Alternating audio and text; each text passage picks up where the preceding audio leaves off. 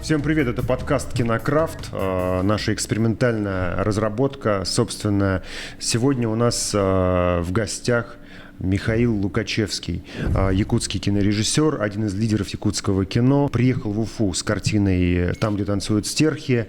И сегодня у нас будет разговор на равных. Меня зовут Айнур Аскаров. Мы тоже готовим премьеру, которая называется «Лето, город, любовь». И поговорим о якутском кино и о башкирском кино, а потом в целом о региональном кино, что нас объединяет. Как впечатление? Как тебе Уфа, Миш? Привет. Я первый раз вчера прилетел. У нас же зима, еще снег лежит, а здесь пахнуло летом. И прям вот вернулся в лето или наоборот в будущее попал, как будто в лето, да. На самом деле любимое время года, прям дождь шел, прям вот запахло, прям дождем. Вот. И мне сразу понравился город, атмосфера, воздух. Ты впервые в Уфе же? Да, ага. первый раз. Я, кстати, был удивлен. Ты вчера говорил, что ты первый раз, потому что у меня было полное ощущение, что на нашем кинофестивале «Серебряный Акбузат» на международном ты уж точно был, потому что, точно помню, была Любовь Борисова, и был, по-моему, Иван Семенов, да, оператор, приезжал сюда не раз, и я был уверен, что ты был здесь. Мы с тобой встречались и в Казани, и в Калининграде на различных кинофестивалях и форумах, и для меня было новостью, что ты, оказывается, тебя здесь не было. Поэтому я рад, что я могу тебе показать Уфу. Ну, сегодня хочу поговорить о режиссуре, о том, как делают кино. Все знают про феномен якутского кино. Вот хотелось бы о нем поговорить. В чем феномен? Феномен якутского кино – это наши зрители, благодаря которому у нас развивается кино. Они смотрят кино, они платят за кино, да. И благодаря зрителям у нас как бы развивается кино.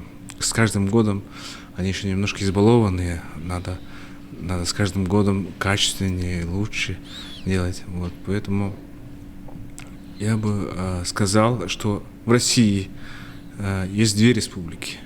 Да, национальные республики, где развито кино, где есть культура ходить в кино, это Башкирия и Якутия. Ну, слушайте, вам, может быть, со стороны виднее, но мы здесь уверены. Тут на всех совещаниях, я, поскольку состою в советах по культуре, в различных там участвую в мероприятиях, организованных правительством, и нам, как в пример, всегда ставят якутское кино. То есть на всяких форумах нам про якутское кино говорили в 16-17 году. Сейчас это дошла волна до Башкирии, до наших чиновников, и все говорят, вот феномен якутского кино. А почему мы не можем, как в Якутии? И вот у меня всегда возникает вопрос, я не могу на него ответить. Какое число потенциальных зрителей у вас? Вот вы, наверное, анализировали же рынок, прежде чем выпускать кино. Вы понимаете, сколько у вас кинотеатров и сколько у вас зрителей? Вы имеете такую цифру? Ну, если вот посмотреть ЕАИС. ЕАИС. Какой фильм? «Триумф». «Триумф». Тебя посмотрело 86 733 человека, ну, купленных билета. Вот, в ЕАИСе. И собрано 31 миллион. Точное количество купленных билетов. Нет, вообще всего можно якутского кино. Ну, давайте «Стерхов» посмотрим. Да, у меня вышло 84 тысячи человек. 26 миллионов и 188 дней в прокате. Этим цифрам можно верить. Это примерно 80 тысяч человек смотрит ваше кино. Да. Я сейчас хочу посмотреть свое какое-нибудь кино, которое, ну, например, «Семья года». 21 тысяча человек посмотрела в пандемию этот фильм. Вот, и мы собрали там всего 2 миллиона. Ужас.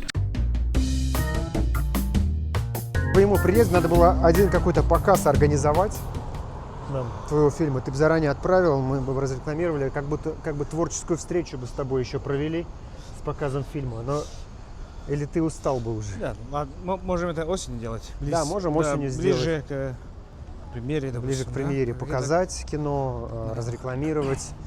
Здание 53-го года, это последний памятник такой, видишь, как, ну, здание красивое, да? Во времена этого Хрущева, во времена Хрущева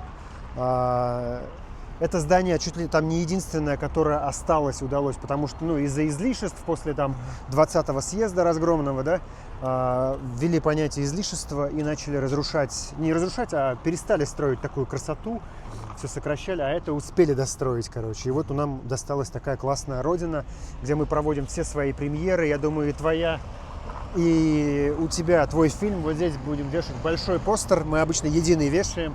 между колоннами вешаем героев наших такая, и даже подсвечиваем родину отдельно. Получается классная история. Очень лояльный кинотеатр. Уфимцы его любят, зрители его любят. И дай бог, и твое кино запремьерим здесь. В общем, это площадка, где мы проводим все свои башкирские премьеры. Я говорю, сделайте вы сюда экран один раз как-нибудь, красиво, так вшейте его, но архитектура не разрешает. При этом разрешают такую временную хрень, а поставили бы один раз цветной, классный, светодиодный, пиксельный этот. Как сделали в здании кинотеатра художественный, да? И перед каждым фильмом у тебя высвечивается название фильма, что сегодня идет. Даже без этой цветной рекламы. И было бы классно и круто. Руслан, это записывай. Потому что я тоже говорил с Ридой Шерифян, Татьяной Анатольевной, говорю, давайте, говорю, придумаем концепцию из дешевого, это самый доступный кинотеатр, сделаем лакшери кинотеатр, как кинотеатр художественный. Да. Чтобы билет сюда стоил 1000 рублей. Чтобы очень в высоком качестве шли фильмы, с дорогим ремонтом, с хорошим рестораном внутри, с крутой кухней. Это было бы такое богемное место. Мне кажется, круто. Круто. Сколько режиссеров, сколько студий у вас на данный момент? Как это работает? Как устроен якутский кинематограф, якутский кинобизнес, я бы сказал? Это был 2007 или 2006 год. Там сняли фильм «Тайны Чингисхана», закупили очень много там камер, света, оборудования. Это вот. Борисов снимал, да? Министр культуры был, да. Благодаря этой технике мы начали работать, да, уже нормальным светом, нормальным звуком. Вот. И тогда вот нам как бы какой-то вот, всех нас собрали, и министр же говорит, вот ты снимай ужасы, вот вам надо комедиями заниматься. То есть, а я говорю, фестивальными фильмами буду заниматься. Хорошо, давайте, занимайтесь. И какой-то вот такой душевный разговор, я помню, был. Вот, прямо вот, это же правительство, Министерство культуры, да? Поэтому какой-то вот такой флаг в руки взяли и начали вот работать. Я помню, в 2010 году я принес на кинофестивале «Киношок» в Анапе. Тогда был такой пышный, богатый фестиваль. Вот. Я на кинопленке снял короткометражный фильм «Предчувствие». Думал, что у меня самый лучший фильм, да? Но мне ничего не дали. И я помню, на закрытие какая-то актриса, короче, меня прям... Официант, принеси шампанское. Где тут шампанское? А я такой, у меня белые рубашки, брюки такой. Он мне так как-то плохо стало, обиделся и ушел. Вот. Но потом вернулся. Тогда вот уже про якутское кино, соответственно, никто не знал. Даже когда разговариваешь, а где это Якутия? Или какая-то страна, типа такого даже бывало. Вот. Вот вернулся, по-моему, 2022 год или 2021, не помню, с фильмом «Вертолет». И получили все призы, там, и гран-при, там все. Это же фестиваль. Я заметил уже, якуты пришли, и уже как бы, да. То есть уже знали, уже даже когда некоторые даже опять призы, наверное, все отберут. Опять типа, все заберут, да. Даже такого было. Вот. Да. И я вот подумал, все-таки мы какой-то все-таки этап все-таки сделали, да, работы, да, какой-то результат работы все-таки мы добились. Очень много мы снимали фестивальные фильмы, которые были удостоены в международных и в российских фестивалях, да. Благодаря этому нас узнали, про нас стали писать, вот. День какой-то, Миш, какой ты популярный, Миш. Везде тебя узнают. У Миши новый фильм скоро выходит. Там, где танцуют стерхи, называется новая картина. Привет из Якутии. Что такое фестивальное кино для тебя и чем оно отличается от любого другого фильма? Вот. Ну, фестивальное кино это должно быть для меня сугубо личное кино. Иногда бывает такое вот. Я снимал фильм специально для своих родителей, да? Какие-то там со своими интимными знаками, символами, для своей первой любви, там, для своих друзей, да, для своей мамы, да. Вот такие фильмы я снимал раньше, как бы, потому что я помню раньше, вот, когда меня учили, первые фильмы должны быть о себе, да, изучение как бы себе, интерес к себе, к своим корням, своим мыслям, своим каким-то вот подсознательным эмоциям, может быть, да, про свои боли, про свои переживания и так далее. Вот. И всегда они как бы не для массового зрителя, да, это такое интимное кино, атмосферное. Вот. И такие фильмы больше как бы нравятся кинокритикам, больше как бы таким любителям какой-то эстетики, не знаю, какого-то другого темпоритма, да. Я любил вот именно находить какой-то вот язык, да, именно национальный, колоритный повествование, да, повествование именно на национальном темпоритме, используют какие-то вот культурные коды, какие-то приемы выразительные, да, средства, именно основываясь на национальный вот, характер, на национальный мотив. Вот. И это вроде бы как бы поиски, да, вот, поиски всегда. Вот. Потом, конечно, со временем всегда человек стремится к простому. Всегда к простому стремишься.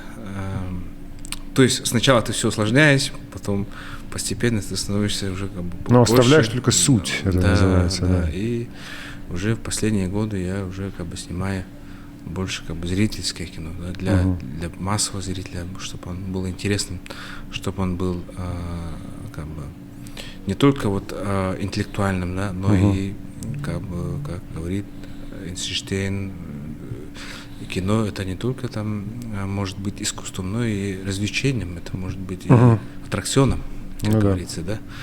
Вот. И очень важно как бы управлять эмоциями. Мне нравится как мотивировать зрителей, да, когда они выходят со слезами на глазах, это как-то очень приятно, да, и как-то мне больше это в последнее время мне интересен больше зритель, а не я сам. Играть на струнах зрителей, да. А еще мой мастер говорил, ты же КИТ закончил тоже, да. Я тоже КИТ в 2008 году, мастер Владислав Борисович Виноградов говорил, как понять. Но я сейчас недавно вот в фильме «Лето, город, любовь» снял отца своего впервые. А это как бы же вопрос башкирского воспитания и прочее. Очень сложно снимать родителей. У меня отец снимался в первой моей работе, но там просто он не играл, он просто сидел в Янгмыше, он играет водителя, который привозит кино и увозит в финале кино. И очень тяжело работать с отцом. А теперь я уже вырос, там прошло 15 лет, и опять папа в кадре, папа играет музыканта. И, короче, мне прям было... Я ловлю себя на мысли, что я переключаюсь на сына, а потом снова на режиссера, потом надо его же поправить, и было не очень комфортно. В общем, я понимаю, что надо либо перешагнуть этот барьер, побольше снимать, либо не снимать, короче. Это вот такое, тяжело снимать родственников, родителей. Вот. Ну, я всегда удивляюсь зрителю, да, всегда их отзывам. Они всегда... Якутские зрители не только просто смотрят, да, ходят в кино, но и очень много обсуждают, очень много пишут отзывов, осуждают. Вот, и это очень приятно, да, я всегда и поэтому удивляюсь. Как бы, я думал, как бы раньше, да, что все-таки зрители всегда умнее меня, да, вот, и в какое-то время я убедился этому, потому что всегда как бы надо уважать зрителей, да, потому что как бы, ну это понятно, да, и как бы все равно не считать его тупым, по крайней мере, когда делаешь кино, все равно до них. Все равно до конца все равно никогда не сделаешь, чтобы добиться. Все равно кому-то не понравится, кто-то будет недоволен, да. Все равно будут критика какая-то. Согласен. Да? С одной стороны, это окрыляет, а с другой стороны, ну, это угнетает, а с другой стороны, это окрыляет. Почему? Потому что ты думаешь, ну, всем не угодишь, это понятно. А с другой стороны, мы же говорим о массовом искусстве, о массовом виде кино, и хочется, конечно, тоже. Я тоже ищу какой-то ключик такой, чтобы всем понравилось, понимаешь?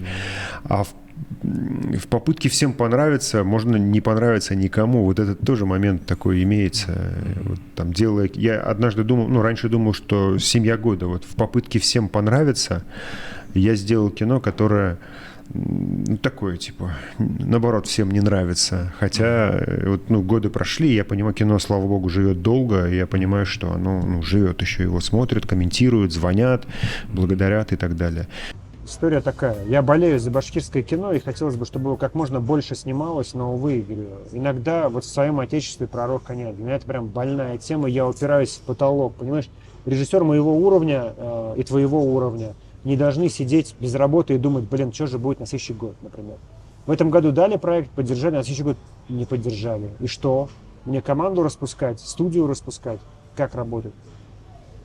И сложно, мы начинаем выдумывать, участвовать в грантах мелких, снимать какие-то ролики, снимать какие-то... Хотя молодые годы проходят, вот это обидно. Я это сейчас начал понимать, что я в расцвете сил, а иногда чувствую себя булатным мечом в дровнике или арабским скакуном на пашне, понимаешь?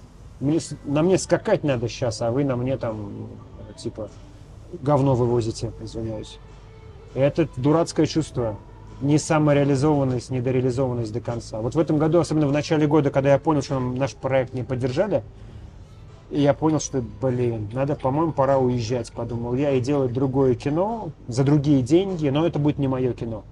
Здесь я свободен, и эта свобода стоит дорого, я за нее плачу отсутствием денег, финансов сейчас там и прочего. Но поскольку я продюсер, я придумываю всякие штуки, чтобы оно развивалось, чтобы там, слава богу, вот Руслан приехал, усилил нас. Сейчас говорю, вот от нашей деятельности, вот мы сейчас подкаст снимаем, начнем как-то вот расширяться, и окажется, что на самом деле то, что нам грант не дали, это даже лучше. Мы стали сильнее, и в других направлениях, которые отставали из-за того, что мы кино постоянно делали, начнем сильнее развиваться. Дай бог. А если придут очень сложные времена? Что? Не дай бог, конечно, но а вдруг придут очень сложные времена? Да. Денег не будет вообще. Что будешь делать? Что вы делаете? Слушай, я же предприниматель в любом случае. Я продюсер, и я придумываю себе работу. И я много чего умею, я понял. В сфере кино? Ну и в сфере кино, даже если кино не будет поддерживаться, я могу просто сидя придумать что-то, что можно монетизировать, и что-то, что можно... Вот, допустим, есть итальянский неореализм, да? Ну, Это послевоенное же, Феллини, Да, это да. все, да? Вот, есть догма. есть Акира Куросава, вообще Японию разбомбили там. То есть в каких-то вот сложных моментах, наоборот, кино как бы... Ну да, является Если- точкой роста. Сложный момент является точкой роста для кино. Да, ну исторически так было, да? Да, да. Вот интересно, в нашем случае что будет интересно?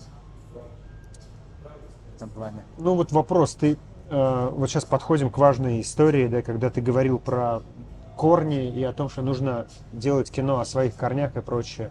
А может быть, надо не зацикливаться на себе, а делать кино для всех пытаться, но при этом как не стать похожим на других. Я вот Стать триумф уникальным. показываю в Индии, и прям вот посмотрели, и до конца сидели, обсуждали, не уходили. И меня спрашивают, почему у нас таких фильмов нету? Это прям... Да. Я не видел «Триумф», мне сложно чуть ли не обсуждать. поругали, да? Да. И я понял, вот, у каждого времени есть свои как бы потребности, да, свои как бы моменты.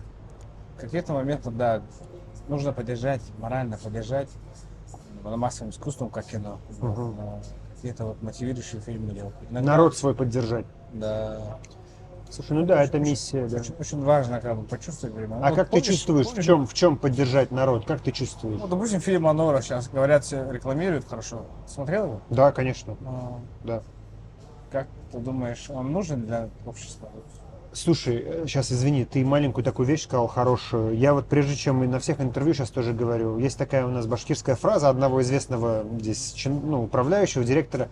«Был менен халхама карекма юхма», говорит он по-башкирски, переводится как «это нужно моему народу или нет?». И мы реально каждый раз, когда делаем кино, мы думаем, нужно это моему народу или не нужно. Я вот сейчас, это стало моим девизом, прежде чем я берусь сейчас снимать кино. Это моему народу надо или не надо? Это, конечно, приятно. Миш, давай о статистике немножечко, сухо, быстро. Сколько фильмов в год в среднем снимается в Якутии? Сколько киношников? Ну, раньше снимали, конечно, больше 10 фильмов даже бывало, да. Угу. В последнее время из-за того, что ну, как бы качество поднимается, уже фильмы уже не за 2 недели снимешь, да, уже бывает, уже за 2 месяца снимается. Поэтому, конечно, их стало мало, по 5, там по 7 Но фильмов. зато качество растет. Но зато да? качество растет, да. Сколько, 5-7 фильмов? Да. Говоришь? Вот, условно, в 2024 году сколько фильмов вы выпустили? Я точную цифру не могу сказать, но в 2024 году, ну да, где-то 7-8 Где-то фильмов. 7-8 фильмов. Да. Полнометражных. Да, Это мы не считаем полнометражных, короткие да. метры, не считаем документальное кино. Да, именно выпущенные в кинотеатре. Мгм. Вот. И произведенные в В Якутии. Якутии. Класс. Хорошая цифра. Блин, есть чем гордиться. А где вы берете бюджеты на эти 7-8 фильмов? Кто как умеет, да. Кто на что гораст. Да. Ну, какие источники финансирования Конечно имеются же, у вас? господдержка. Вот у нас хорошо поддерживается в республике. Все-таки какую-то вот субсидию дают, да, для начала. А потом ты уже начинаешь, и дальше, как продюсер, ты должен, если взял средства, тебе нужно дальше найти их Ну и да. закончить фильм. Да? То есть, О каких суммах идет речь? Вот какой бюджет фильма «Стерхи»? допустим, «Стерхи» один из последних дешевых фильмов, можно сказать, в Так. Якутии, да. Это было во время пандемии снятый фильм. Ага. Тогда цены еще не поднимались. Вот. И мы где-то потратили где-то 15 миллионов. Угу. Угу. Сейчас за 15 миллионов не снимешь. Угу. Вот. 25 миллионов. Угу. Это так. Около того. Да, сейчас. Вот. Так, 30, из да. чего в основном состоит? Ну, понятно, как обычно, это оплата труда конечно, кинематографистов. Сколько человек группа обычно у вас? В среднем 50 человек. 50 человек 50 работает? человек работает, да. Мгм. Ну, все, конечно, зависит от проекта, насколько он масштабный, насколько он сложный. Вот, бывает сотнями людей работает в периодах. Вот. И, конечно же, все-таки кино — это творчество людей, коллективное творчество. Никакая крутая камера не сделает просто так кино, да, хорошее. А если Кино там делают за люди. камерой будут стоять талантливые люди, то это уже другое, поэтому да. Ну вот ты будешь говорить, а потом я тебе буду отвечать по поводу того, сколько у нас. Мы же будем сравнивать. У нас в 2024 году ни один фильм башкирский не вышел еще на экраны из полнометражных. В 2024 году у нас же появился фонд развития регионального, ФСГО называется, фонд грантов главы Республики Башкортостан. И спасибо нашему главе Радио Фаридовичу, что он такую инициативу, мы еще в 2016 году, это была наша инициатива, она была им принята. 50 миллионов ежегодно разыгрывается среди башкирских кинематографистов на производство фильмов. Круто. Мне кажется, ни у кого такого пока нет, но чтобы ежегодно. То есть на разовой основе и у вас, и у всех там было, а вот у нас уже второй грант раздали. В 2024 году это был первый грант, и запустилось 3 полнометражных фильма. Это «Наш лето. Город. Любовь», Булат Юсупов «Фарзана идет на запад». И все, 2 фильма запустилось, и ни один еще не вышел. Пару коротышек выходило, то есть 24 год прошел без больших кинопремьер. Вот в конце года мы провели отчетную премьеру, и вот сейчас мы будем выходить в прокат. В этом году получили еще 2 полнометражных фильма. Надеюсь, что молодые ребята, которые никогда не снимали еще полнометражное кино, там у них по 1-2 короткометражки, вот они получили там по 15 миллионов на свои полные метры авторские. Надеюсь, получится хорошая история. То есть я думаю, что мы постепенно вот этот маховик сейчас запустится у нас, и у нас будет хотя бы по 2-3 фильма выходить ежегодно. И это было бы для нас уже победой.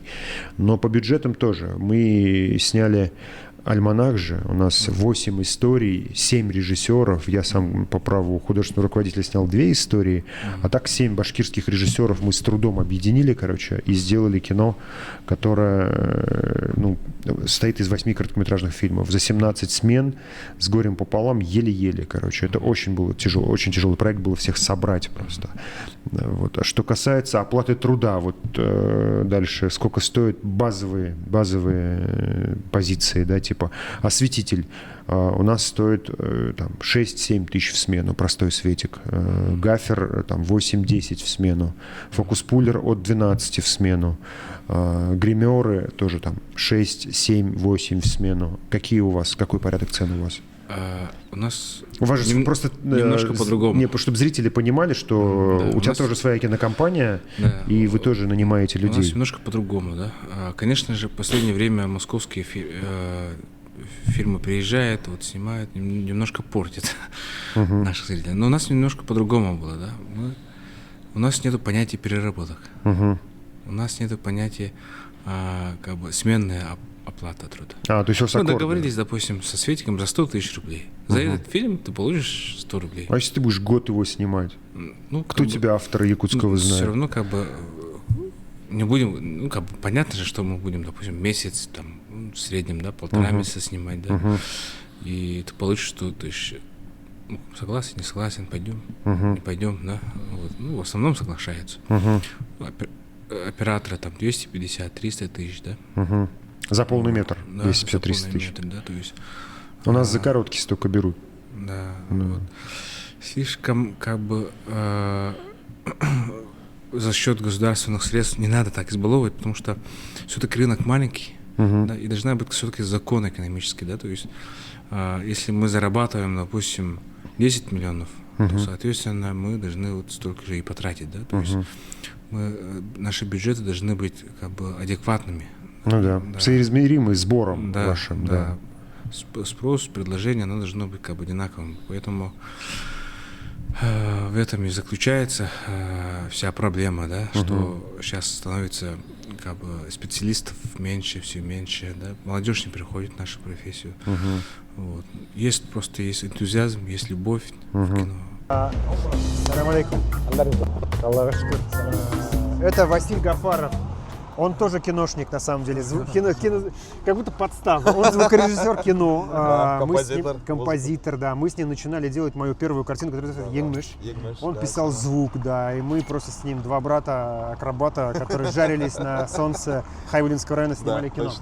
Василий сейчас занимается группой, у него группа Бишбармак Мюзик, оркестр Бишбармак Мюзик, этническая музыка, да. В молодежном театре музыку пишет Вот композитор. он организатор. Миша Лукачевский, кинорежиссер из Якутии. Очень приятно. Приехал к нам в гости, да, первый раз в эфир.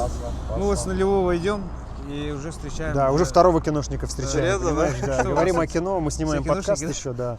Классно, У него будет классно. ощущение, что все в Уфе киношники, да. Да, А мы приглашайте музыку это и писать. хотим, доказать, Мише, понимаешь? Это Руслан Римович, тоже наш режиссер. Очень приятно. Он из Казахстана, он снимал фильм у нас «Клюква Сталина» мы делали, слышал, может, и «Колобок», фильм о фильме. Видел же у нас? Да, Вот это да. он снял, да. Круто, круто. Да. Василь, Алмаштар. Курышырга шатман. Курышырга Давай, шатман. всё. Алмаштар. Ага. Пока-пока. Они в контактах были. Ярай, даштык. Дай, говорит, мои контакты. Так, ну что, движемся дальше. У нас есть такая тема, вот я устал сам от этого в нашей кинокомпании, ну вот в нашей серии, выезжать на новичках. Допустим, у нас есть киностудия Башкортостан, которая всю жизнь как бы выезжает на студентах и на новичках. Так они выезжали на мне, там ну, до фильма «Семья года», последнюю картину я с ними делал, это «Семья года» была. Когда они на моем энтузиазме что-то там делают, помогают, понятно, есть техника, люди, там оборудование, за счет этого мы уменьшаем бюджеты, но в итоге это не является индустрией и не строит рынок, к сожалению. Зарплаты у всех там в десятки раз меньше, чем должны быть, с одной стороны. А с другой стороны, ну сколько можно выезжать на новичках? Хочется же с профессионалами работать. Это быстрее, лучше, дешевле, качественнее. И профессионалы работают на такие суммы, и мы сами тоже на такие суммы работаем. Ага. Вот, но, конечно, тяжело. Вот, тяжело, и А всегда хочется вот поддержать, да, своих ребят, хочется побольше заплатить, Да. конечно, да. Вот. У всех молодых людей всегда есть свои, как бы, они строят жизнь, они как бы женятся там. Ну, всё. конечно. Просто Всё они там- фильм поработают, потом уходят, потому что Да. понимают, что здесь нет текучки, нет Да, постоянного да, потока работы. Вот, И- но все это мы понимаем, и наша сейчас вот второй этап, да, ну, первый этап я рассказал, что всё про нас узнали, а второй этап сейчас мы должны сделать каким-то образом за эти 10 лет, чтобы якутское кино немножко расширилось по рынку, да, чтобы он зарабатывал чуть больше хотя бы. Вот, и чтобы мы смогли дальше как бы его развивать, дальше Ну, снимать фильмы масштабнее, в конце да, концов. да, более качественные, более чтобы люди приходили в эту профессию и так далее. То есть, прав ли я буду, если скажу, что сила и величие якутского кино, оно все-таки в любви кино к делу простых, ну, ребят, Светиков, Да, именно. Да. обслуживающего персонала, как бы это ни было, второй состав это называют, как, ну, любовь второго состава.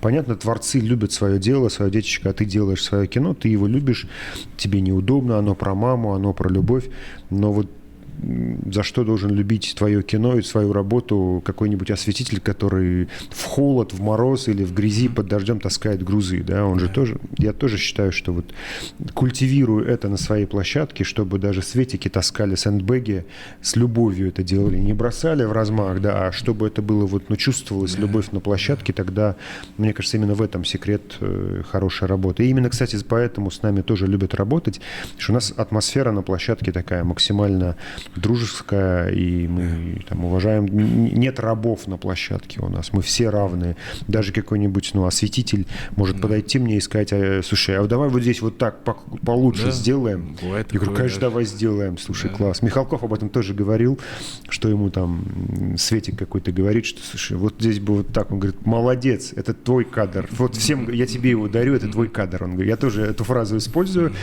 будучи там учеником, выпускником Академии Михалкова, тоже работаем над этим.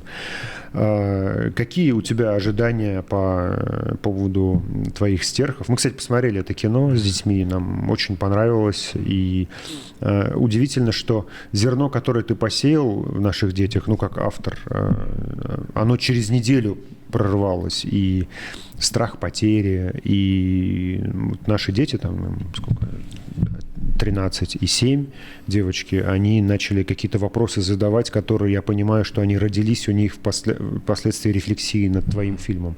И спасибо тебе большое за это кино. Нам очень понравилось. Я надеюсь, что здесь, в Башкирии, тоже его оценят и посмотрят, потому что такие фильмы, мне кажется, нужны зрителю сейчас.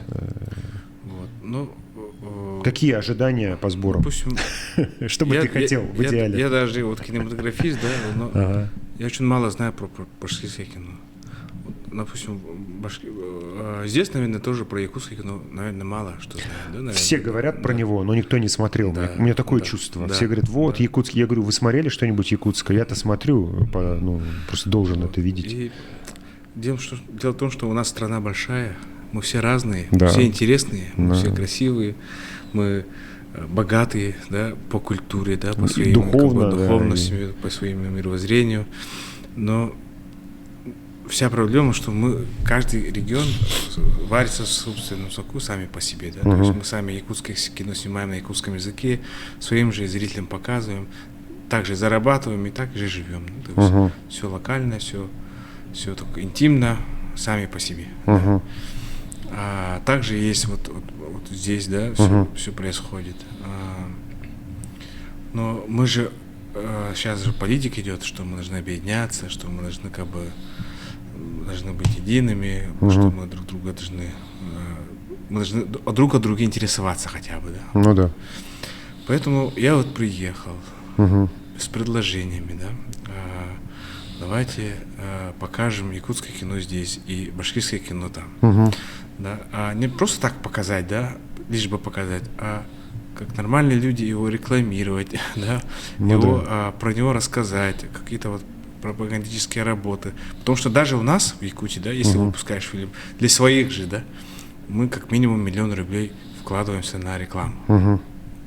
Это может быть какие-то печати баннеров, участие в разных телепередачах, работа с блогерами, да, разные вот подкасты, не подкасты, какие-то клипы снимаем, какие-то. То есть промо-компания фильма имеется. Максимально мы пытаемся завлечь зрителя, да. Вот.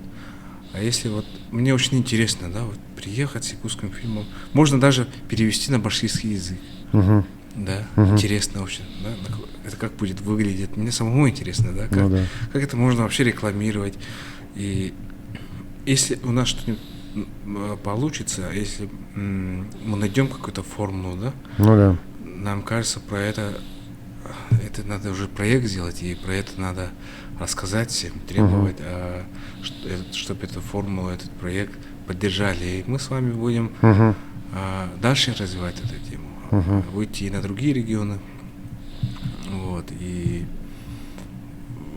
дело в том, что вот стерхов мы показывали по всему миру почти, да. В Европе, в Германии, Франции показывали, в Азии, в Китае в нескольких городах. И везде всем нравится. Мгм. Да? Обычный зритель, обычный человек, кому он все понимает, Мгм. ему все как бы эмоции понятны, история понятна. Мгм. Всем нравится. Но никто просто так не купит его. Просто тут уже дело бизнеса, да? Ну Тут да. Надо продавать его, да, как товар уже, Мгм. чтобы его рекламировали, про него чтобы знали. Вот. И с таким предложением я приехал, и Мгм. это на самом деле мы можем сделать что-то интересное, и вообще как бы Мгм. пора начать это делать. Пора начать это делать, я согласен, но вопрос такой сложный. Вот ты говоришь про перевод на башкирский язык, сложно. Вот я не знаю, сложность в чем.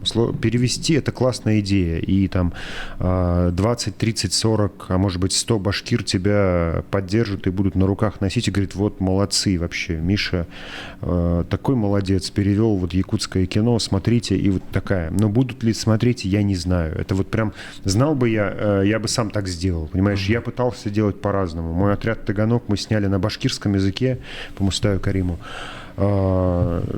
Потом сделали дубляж на русский язык. И вот я на днях, говорю же, выложил это кино на башкирском. В прокате везде шел на русском языке, потому что так доступнее, так понятнее. Все башкиры понимают русский язык, и будем смотреть на русском. Так нам привычнее. Все кинотеатры взяли только на русском. Ни один кинотеатр не попросил на башкирском. Затем я вот сейчас сделал свой онлайн-кинотеатр на сайте askarfilm.ru, выложил кино на башкирском языке, потому что все просят, где можно посмотреть на башкирском, где можно посмотреть. Я говорю: вот, ребята, сделали вам возможность посмотреть кино на башкирском языке. 100 рублей, пожалуйста, гляньте. Заплатите, поддержите, задонатьте нам. Как бы. 2 человека посмотрело за месяц. 2. И я понимаю, что, наверное, никому не надо. Или прошел инфоповод, или кто-то не знает. Не знаю, может быть, надо пошире рассказать. Надеюсь, этот подкаст тоже поможет, и люди посмотрят. Я убежден, что по поводу якутского кино и касаемо кино башкортостанского, не говорю башкирского, а башкортостанского, если мы хотим, чтобы фильмов было больше, зритель должен интересоваться, как-то заставить, когда есть выбор смотреть российское кино, не российское, а московское кино, будем так называть, или голливудское кино, да выбери ты свое. Почему ты выбираешь чужое? Оно и так появится на всех площадках, платформах уже завтра, а может быть уже есть. Но зритель почему-то здесь выбирает не свое кино. И я вот за это очень сильно переживаю и всегда призываю со всех своих там блогов и прочего. Это очень глобальный вопрос вообще.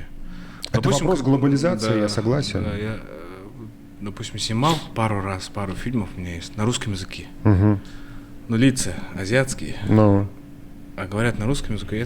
Это диссонанс такой, да. диссонанс вообще неорганично, и наши зрители не принимают, угу. да, допустим, якутский зритель вообще не принимает. И русский зритель, конечно, тоже не принимает. Ну, да. Ни туда, ни Ни сюда. туда, ни сюда, да. Да, поэтому все-таки у нас политика сохранения родного языка очень такая большая, на самом деле, идет. У нас и тоже, гордимся да. этим, да, и вообще везде, там, в школах все как бы идет, и очень у нас развита эстрада на якутском языке своя, да, допустим, и если якутские фильмы на якутском языке пойдет, то как бы гарантированно мы будем зарабатывать, то есть, поэтому если мы будем башкирское кино показать в Якутии, то определенно надо перевести его на якутский язык, только так. Да? Да. Башкирское кино перевести на якутский. Интересно. Да, потому что язык это и есть как бы у нас очень много вот снимает в Якутии как бы и российские фильмы, да? Допустим, вот последний раз «Кончится лето» вышло, да? Ну, это с Борисовым. Да, и Юрий Борисов снимался. Вот. Наши якутские ребята, кстати, режиссерами были. Вот, Максим Бугаев и Володя Макуев. Вот. Но там российские актеры на русском языке и просто снято в Якутии. Да, просто снято в Якутии. И мы никак не сможем это сказать, что это якутское кино. Ага. Потому что Хотя режиссер ваш. режиссеры наши, да, но Ну. все в Якутии снято. Но все-таки язык... Там нет культуры якутской, да? Ну, Нет, так- все-таки даже не в культуре, даже да, не в локации, не в картинках, да, а все-таки языки. Язык. Без языка нации нет, говорят же, да? Ну да. Это самое Это главное. прям уже фраза, ставшая крылатой нашего первого президента Муртазы Губайдуловича Рахимова. Нет языка, нет народа. У него прям, ну, да. Вот, поэтому и кино имеет очень большое влияние на сохранение. Все-таки есть не только вот вопросы экономики, да, но и вопросы вот вообще сохранения. Ну, конечно, да. И это не меряется деньгами, мне кажется. Да, Да. и это на самом деле большое дело вы делаете. Допустим, да. Согласен. Вот я слушаю, смотрю, у нас есть режиссер Булат Исупов, он снимает на башкирском языке фильмы. Там их по-разному оценивают. Есть зрители, которые там искушенные Голливудом говорят, что за опять наснимали. А я люблю его фильмы за то, что там говорят на башкирском языке. Он еще часто берет актеров башкирского академического драматического театра нашего. И они так классно говорят на башкирском языке. Я просто только ради этого, там последний фильм даже «Дневник поэта», я прям сидел и песень для ушей, как они говорят красиво на башкирском. Ну, с годами во мне тоже стало просыпаться вот башкирский дух и прочее. Говоря об эстраде, Миш, наверное, слышал наш новый хит Да, башкирский да, вообще. «Аюла». Чё, как тебе? Если они придут в концерт у нас в Якутии, они точно Соберут, да? соберут зрителей. Да. Вот. А у нас вот тоже к этому, понимаешь, как относятся? Это вот показательно очень по отношению к башкирским фильмам тоже. Башкиры очень консервативные, и они вот эту песню, когда она только появилась, да, это не башкирский, это что вообще, кто так говорит, акцент. Грешин сам тоже так говорил, я говорю, не понимаю, что она говорит сначала, потом сделали подстрочник, я все понял, как бы, и думаю, ну молодцы, классно упаковали, это называется флоу у рэперов, когда немножечко добавляют такого акцента, и это становится как-то общедоступно и понятно, потому что якобы башкирский язык, он же такой гортанный, ну, как и якутский. Мы, ну, звукоизвлечение, вот русский язык, он здесь извлекается, а башкирский здесь. И, видимо, это немножечко смущает общие умы. Наверное, так я это объясняю. Но захейтили поначалу, все башкиры захейтили этот трек. И только после того, как он вышел за пределы Башкирии, и стали все снимать вот эти ролики, видео, и это снова вернулось нам, да ты что, это башкирская? Сам говорит, это казахская. Да не казахская, это башкирская. Все стали заявлять. Понимаешь, как работает? Вопрос, в своем отечестве нет пророка. Вот это вот та история, мне кажется. А у вас есть пророки в вашем отечестве родном? У нас вот первый президент, да, республики Михаил Николаев, мы однажды разговаривали, он мне задает интересный вопрос.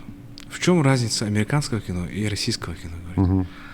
А я такой, ну, я не помню, что ответил, но я что-то там ответил, но как бы ему не понравилось, он сам ответил на этот вопрос. Говорит, в Америке создают, там приходят приезжают лучшие умы, и они создают героев. Есть же понятие герой нашего времени. Да? да. И, вот, допустим, Мерлина Монро придумали. Да? И на улицах женщины начали одеваться, как она, причесываться. Я сразу вспомнил Брюса Ли, который... Ну да. У меня там старшие братья все классом садились в шпагат. Да, Потому нунчаки все эти, да? Прикиньте, вот все садились в шпагат, да? Ну, да. Все занимались спортом, потому что у них был Брюс Ли, который придумали голливудцы. Да? Так. Вот. А они, то есть, у меня вот дети вот одевают костюм Человека-паука, там Бэтмена, что-то играет. Там, да? То есть они придумывают, и это идет в народ, да? Так.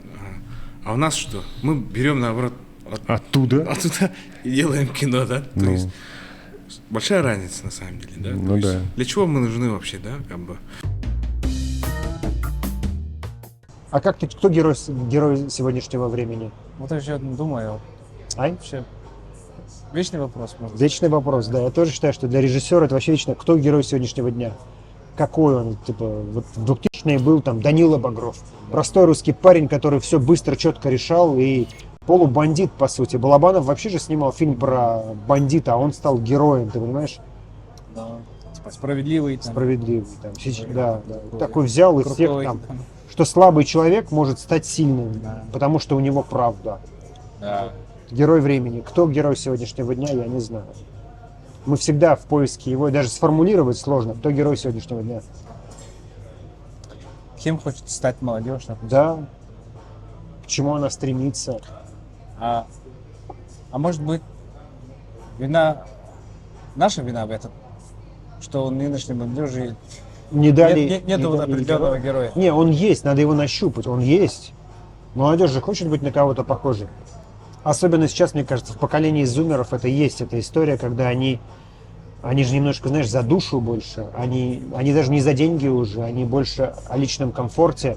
И мне кажется, в них может быть какой-то герой, который отрицает все земное, ему некомфортно, он встает, уходит, с одной стороны. И, может быть, герой должен тоже, так же, как зумер, стоять на каком-то распутье, перепутье и делать выбор и выбирать в пользу себя. Нам же голливудское кино все время транслировало: выбирай себя, слушай себя. Долгое время был вот, этот тренд транслировался. И мне кажется, зумеры все его схавали, сейчас они такие: выбирай себя, прислушивайся к себе прежде всего. Не к соседу, не к другу, а к себе прислушивайся. Классно стало как, а? Прям я думаю, что-то громко захотел, и это вот магия кино. На самом деле мы, вот, люди, которые создают и кино, музыку, да, то есть пишем, мы должны на самом деле какую-то вот тенденцию же придумывать, какую-то моду, направление, модель будущего какой-то, да, на самом деле. На самом деле якутское кино все-таки поднял интерес к самому себе.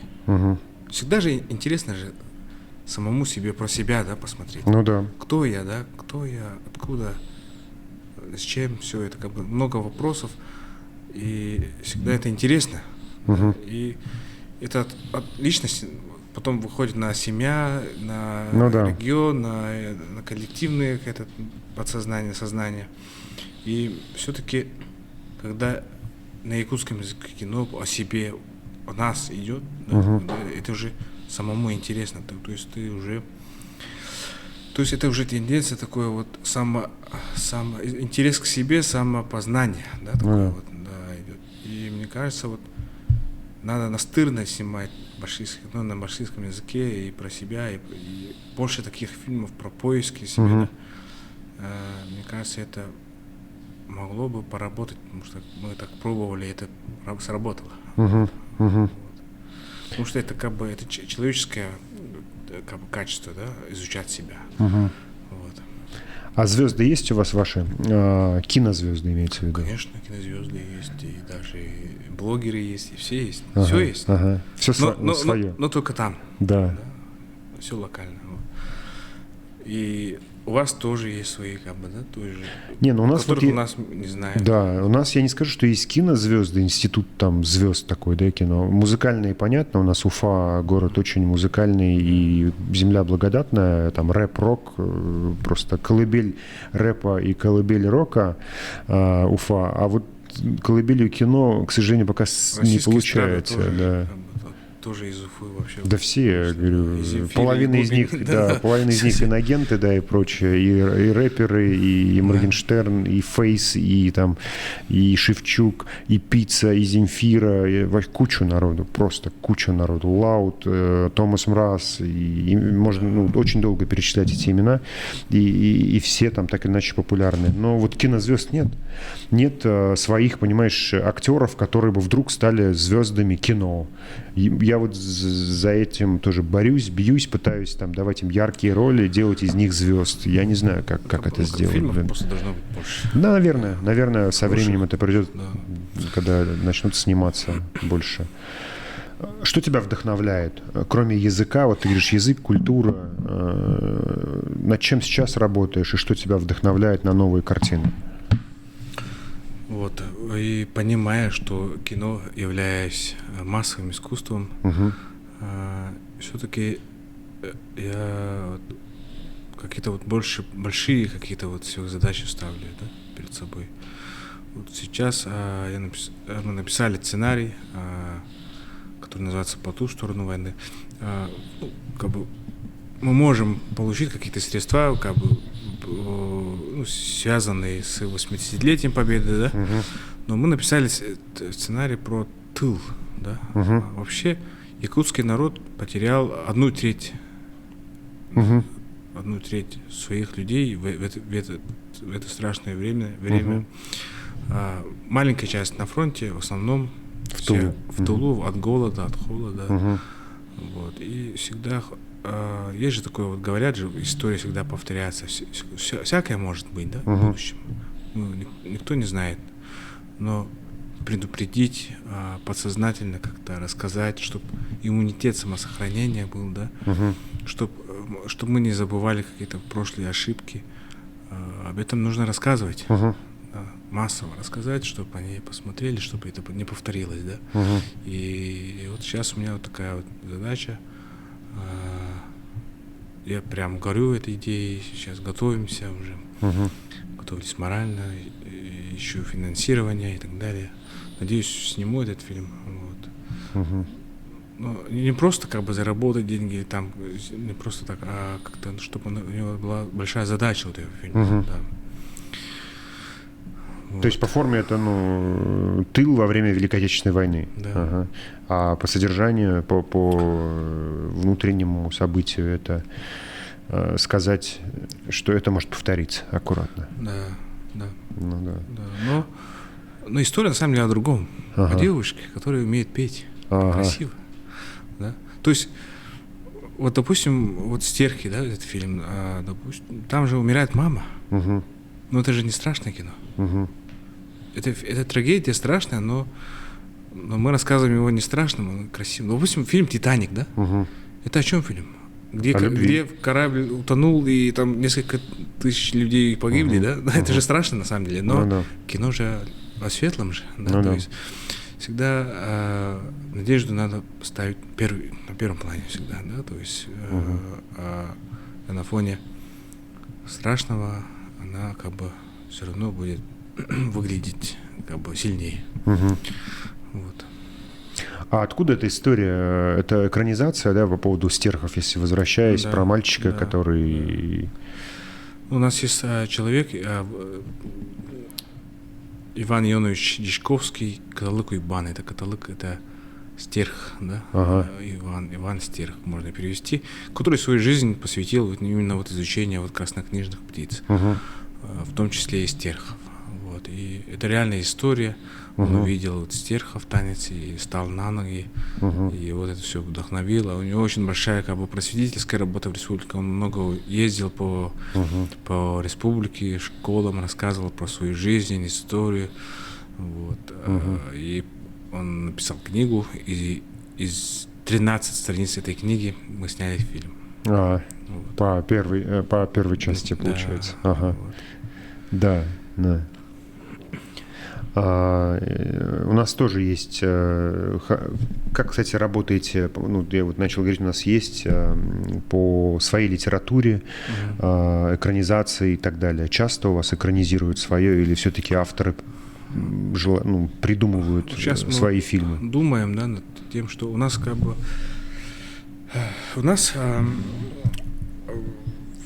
литература появилась всего лишь в 1900 году. Всего лишь век прошел.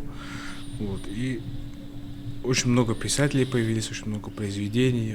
Хо написали, да, это эпос наш национальный, платонимский. Очень много ребят вышли, да, которые создали вот именно фундамент нашего сегодняшнего образования, культуры, истории и так далее. Но это все осталось в 20 веке. Сейчас новый век, новые вызовы. Век креативной индустрии. Поэтому очень важно сейчас поддержать ребят, у которых есть хорошее мышление, да, которые могут создать что-то такое вот основательное, что-то нужное, что-то умное, чтобы идти дальше вперед. Вот. Поэтому мы сейчас работаем тоже над этим, ищем всегда молодых ребят, поддерживаем, пытаемся дать им возможность работать. Именно писателям молодым, да? Или что? Или это просто сценаристы? Это может быть сценарист, это может быть певец, это может быть поэт, это может быть режиссер. Главное содержание же. Главное. Вообще кино это как бы. Это же мы рассказываем историю, да, просто. Ну да. И историю можно рассказать стихами, поэзией, да. Ну можно да, это рассказать. форма, да. Есть форма, есть содержание, я говорю. Можно да, рассказать, да. можно написать рассказ, можно снимать кино, да. То есть и чем ты интересно снимаешь, чем ты интересно это рассказываешь, тем ты как бы можешь и больше заработать, да, можешь стать известным режиссером, не знаю, актером. То есть мы должны всегда стремиться интересными все-таки, да. Мы же рассказчики, мы же сказители. Ну да. Да. И В этом и есть суть.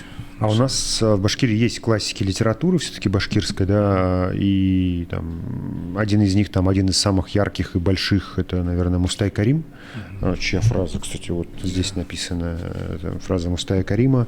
Я экранизировал 2 повести Мустая Карима, это «Отряд Таганок», как раз Устаган, и «Помилование», военно-историческое кино. Вот. И есть еще у него много там и драматургических произведений, которые он ставил для театра, есть еще повести, рассказы, которые тоже хочется экранизировать, и очень большая поэзия. То есть вот в этом направлении у башкир тоже очень большой запрос, почему мы не делаем свою там литературу, свою классику какую-то, не ставим. Даже Хадия Давлетшина, Зайнаб Бишева и так далее. И много сейчас авторов, которые еще, слава богу, живы и говорят, давайте снимите, вот мое произведение приходит. И мы понимаем, что это очень дорого, мы понимаем, что это, ну вот, не готовы мы к этому пока.